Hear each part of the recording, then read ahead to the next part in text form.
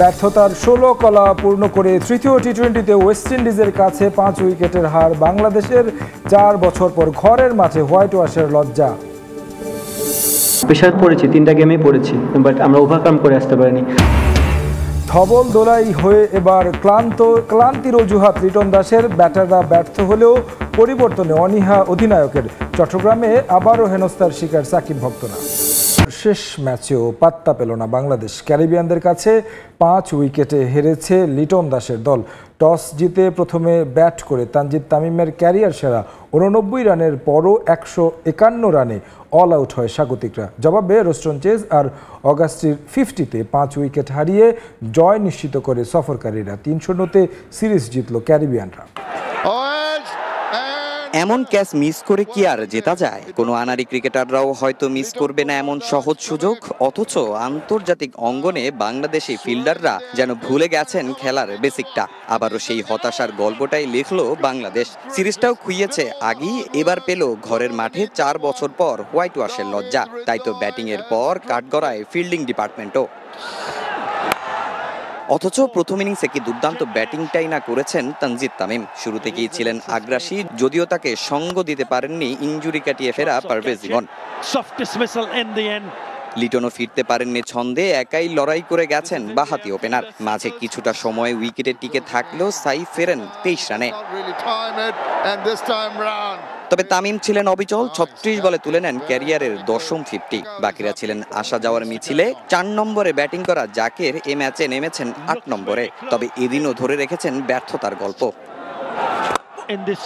তানজিদ তামিম একাই ধরে রেখেছেন ম্যাচ, গড়েন 22 ইনিংসে বাংলাদেশের টি-20তে দ্রুততম 1000 রানের রেকর্ড। এক পঞ্জিকা বর্ষে সর্বোচ্চ 711 রান ও 38 ছক্কার রেকর্ডটাও তার দখলে। তার 89 রানের উপর ভর করে 151 রানের সংগ্রহ পায় বাংলাদেশ। জবাবে শুরু থেকেই টাইগাররা দেখা ক্যাচ মিসের মহড়া। দ্বিতীয় ওভারেই আমির জাঙ্গুর ক্যাচটা ছুটে যায় সাইফ লিটনের ভুল বোঝাবুঝিতে। চতুর্থ ওভারে সেই আমিরেরই ক্যাচ ছাড়েন হৃদয়। ততক্ষণে যা ক্ষতি হওয়ার হয়ে গেছে, যদিও রিশাদ 23 রানে থামিয়ে দেন তাকে। এরপর দায়িত্বটা কাঁধে তুলে নেন রোস্টন চেজ। তবে নবম ওভারে তার ক্যাচটা ছুটে যায় শরীফুলের হাত থেকে। বাকিটা পথ পাড়ি দিতে এরপর খুব একটা কষ্ট করতে হয়নি ক্যারিবিয়ানদের। রোস্টন চেজ ও আগস্টর 50-তে ম্যাচ চলে যায় তাদের হাতে। শেষ দিকে পাওয়েল মতি শুধু 5 উইকেটের জয়টাই এনে দিয়েছে। আবারও সেই হতাশার গল্পটাই লিখলো বাংলাদেশ। টানা খেলার মধ্যে থাকায় বিশ্রামের সুযোগ পাননি ক্রিকেটাররা, যে কারণে কঠিন পরিস্থিতি থেকে বের হয়ে আসতে ব্যর্থ হয়েছেন তারা। ক্যারিবিয়ানদের কাছে হোয়াইট ওয়াশের পর দলের ব্যর্থতা ঢাকতে এমনটা মন্তব্য করেছেন অধিনায়ক লিটন দাস। তার মতে বৈচিত্র্যময় শট খেলায় আরও দক্ষ হতে হবে টাইগারদের। তবে দলে খুব বেশি পরিবর্তনের পক্ষে নন লিটন। টানা 4 টি-20 সিরিজ জয়ের পর ঘরের মাটিতে হোয়াইট ওয়াশের লজ্জা, তাও আবার ওয়েস্ট ইন্ডিজের বিপক্ষে, যারা কিনা সিরিজ হেরে এসেছে আইসিসির সহযোগী দেশ নেপালের কাছে। আমি যে জিনিসটা চেয়েছিলাম যে প্রেশার থেকে ওভারকাম করে আসা, আমরা ওই জিনিসটা পারিনি। প্রেশারে তো আমরা পড়েছি, 3টা গেমেই পড়েছি, বাট আমরা ওভারকাম করে আসতে পারিনি। তারা আমাদের সব জায়গা থেকে টাফ টাইম দিয়েছে, তারা অনেক ভালো বল করেছে, তাদের ব্যাটিংও খুব ভালো ছিল। অবভিয়াসলি আপনি যখন কন্টিনিউ বেসিসে রান করবেন না, চিন্তার কোনো বিষয় না, বিকজ এখানে যারা ক্রিকেট খেলে তারা প্রুভেন, অনেকদিন ধরেই খেলে আসতেছে। সামটাইমস 2-1টা সিরিজ এমন যেতে পারে, কারণ যে প্লেয়ারগুলো এখানে খেলেছে অলমোস্ট তারা 2-2.5 মাস ধরে ক্রিকেট খেলছে ব্যাক টু ব্যাক। সো আমার মনে হয় সামটাইমস ব্রেকটাও ইম্পর্টেন্ট। জাকের আলী অনিক, শামীম পাটোয়ারি, সোহানদের ব্যাটিং ধরন নিয়ে সমালোচনা মুখর গণমাধ্যম। সামাজিক মাধ্যমেও চরমভাবে সমালোচিত কিছু ব্যাটার। মূলত শট খেলার সক্ষমতা কম বলে, একমাত্র লেগ সাইড ছাড়া স্কোরিং শট নেই বেশিরভাগ ব্যাটারের। লিটনের মতে শট খেলায় বৈচিত্র্য আনতে হবে ব্যাটারদের। অবভিয়াসলি আমাদের ব্যাটসম্যানদের স্কিল বাড়াতে হবে, সব ধরনের শটই খেলতে হবে। আমরা হার্ডলি কয়েকটা ব্যাটসম্যান রিভার্স সুইপ খেলি, সেটাও একটা পয়েন্ট।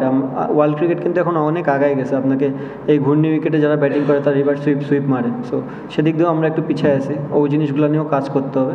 লাগাতার ব্যর্থ হলেও সুযোগ ঠিকই পেয়ে যাচ্ছেন ক্রিকেটাররা। আন্তর্জাতিক অঙ্গনে খেলার জন্য যতটা সক্ষমতা থাকা দরকার তা নিয়ে প্রশ্ন আছে। একটা প্লেয়ারের 5-6টা ম্যাচ খারাপ যেতেই পারে, এর মানে সে খারাপ প্লেয়ার না।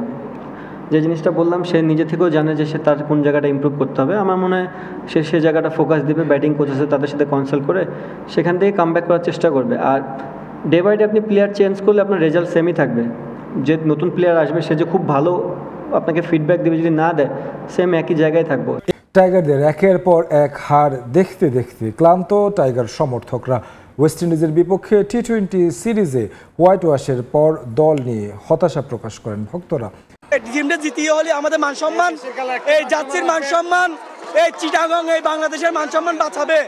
কিন্তু এরা যে এরকম বাজে নোংরা খেলা খেলছে, আমরা হতাশ না, এর চেয়ে বেশি হতাশ, খুবই হতাশ। বাংলাদেশ এইভাবে হতাশ করবে কখনো ভাবি নাই। সব করে আসছিলাম খেলা দেখার জন্য, কিন্তু তারা আমাদের মুখটাই ভেঙে দিয়েছে। বিশেষ করে শামীম পাটোয়ারি আর জাকের আলী, তাদেরকে আমি চাই যেন দলে যেন না রাখা হয়, তাদেরকে মানে ক্রিকেট থেকে যেন বঞ্চিত করা হয়।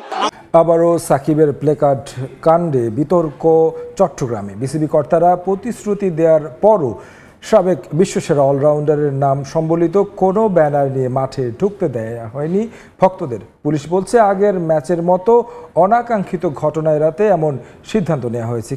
তাকে যথেষ্ট পপুলার করেছে এবং তাকে অনেক পছন্দ করে, সেই হিসেবে তার ছবি নিয়ে আসতে পারে।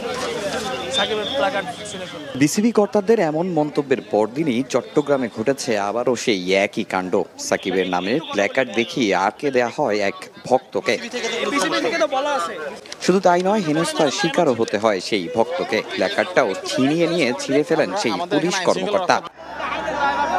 সাগরিকা দ্বিতীয় টি-20তেও সাকিবের এই প্ল্যাকার্ড কাণ্ডে হয় হাতাহাতির মতো ঘটনা। 6 জনকে গ্রেফতার করে পুলিশ, যার কারণেই এমন সিদ্ধান্ত বলে জানান পুলিশ কর্মকর্তা। সামান্য একটা প্লে কার্ড নিয়ে যদি মানুষের জীবন বিপন্ন হয়, এই যে গত খেলায় মারামারির মামলা হয়েছে, 307-এর মামলা হয়েছে, হত্যার হুমকি দেওয়া হয়েছে বলতেছে, মানুষের জীবন নিয়ে তার জীবনের চাইতে তো বিশেষ সিদ্ধান্ত বড় হইতে পারে না। বিশেষ সিদ্ধান্ত দিয়েছে এই জন্যই ঢুকছে কার্ড নিয়ে, কিন্তু মানুষ তো আটকেছে তাকে। মানুষের যখন বিভেদ তৈরি হচ্ছে, মানুষ যখন মারামারি তৈরি হচ্ছে, তাহলে তো আমরা এটা আর চলতে দিতে পারি না। তবে বিসিবির সিকিউরিটি ডিপার্টমেন্ট বলছে ভিন্ন কথা। শুধুমাত্র কুরুচিপূর্ণ শব্দ লেখা ছাড়া যে কোনো ক্রিকেটারের নামে প্ল্যাকার্ড নিয়ে মাঠে ঢোকার অনুমতি আছে দর্শকদের। পুলিশকেও দেয়া হয়নি এমন কোনো নির্দেশনা। কেউ যদি I miss you Shakib Al Hasan, I miss you Tamim Iqbal, এইগুলা নিয়ে আমরা কোনো সময় মানা করি না। আমরা অ্যাকচুয়ালি চাই যে এরকম লেখা হলেই আমরা অ্যালাউ করতে পারবো। বাট কাউকে যদি টন করে কোনো কথা বলা হয়, লেট ইট বিসিবি, কোনো প্লেয়ার মানে তাদের কোনো রকম অ্যাট্রিবিউট, অনেক রকম কথা হয়, এই জিনিসগুলো আমরা কোনো মতে প্রমোট করতে চাই না। সো এই একটা জিনিসই মোটামুটি বলা আছে যে আপনারা এরকম জিনিস অ্যালাউ করেন না। প্রিয় খেলোয়াড়ের প্ল্যাকার্ড নিয়ে মাঠে ঢোকার রীতি আছে প্রায় সব দেশেই। তবে এসব নিয়ে সমস্যা শুধু কেবল বাংলাদেশেই। এদিন শুধু সাকিবই নয়, সাব্বির কিংবা দলে থাকা লিটনের নামের প্ল্যাকার্ড নিয়েও মাঠে ঢুকতে দেওয়া হয়নি দর্শকদের। চট্টগ্রামে 3-0-তে বাংলাদেশকে হারিয়ে সিরিজ জিতল ওয়েস্ট ইন্ডিজ।